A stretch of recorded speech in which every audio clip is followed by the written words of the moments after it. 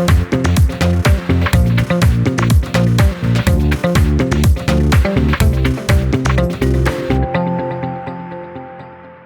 to Jewish Wisdom on JTV from Jerusalem. We're joined by Rabbi Moshe Zeldman, who's going to speak to us about a very gripping topic, which is the question of heaven and hell. Do Jews believe in it?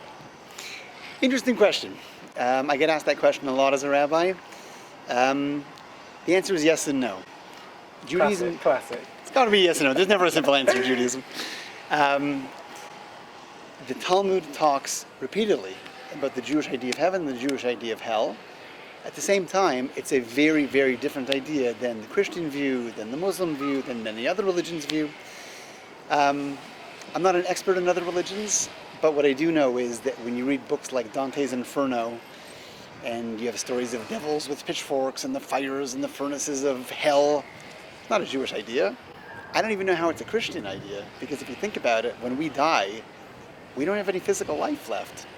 We go somewhere as souls. My soul doesn't burn up, my soul's not physical, fire's not going to affect my soul. So the Jewish idea of heaven and hell is much more of a emotional, spiritual reality than it is a physical reality. Let's start with heaven. Heaven is not a banquet feast. Heaven is not a pizza party with beer. Heaven is closeness to God. Now, if my whole life is about getting the greatest, deepest pleasures I can in life, then clearly going to the source of it all, going to God himself, and having an audience, and having time, and having a relationship, and feeling close, it's got to be the greatest possible pleasure. So it's not a pizza party, it's God. It's God himself. It's the greatest possible pleasure.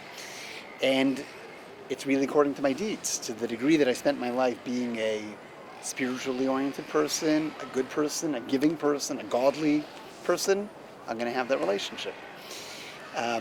If I wasn't such a great person in this life, I'll have less of a relationship. Still a relationship, still the best place in the world to be.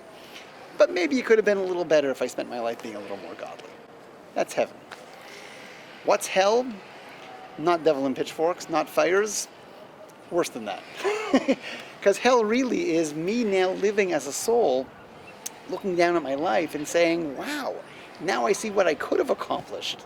Now I see what I could have done. Now I see all the choices I could have made. And now I know what my potential really was. And I know even when I was there, I could have done better.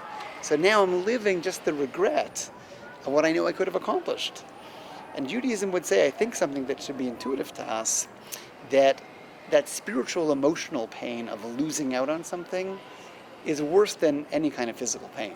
I mean, you can bang your finger with a hammer, you can trip down the stairs, but your self-esteem, your integrity, your sense of self is much more sensitive and damageable than anything in your physical body.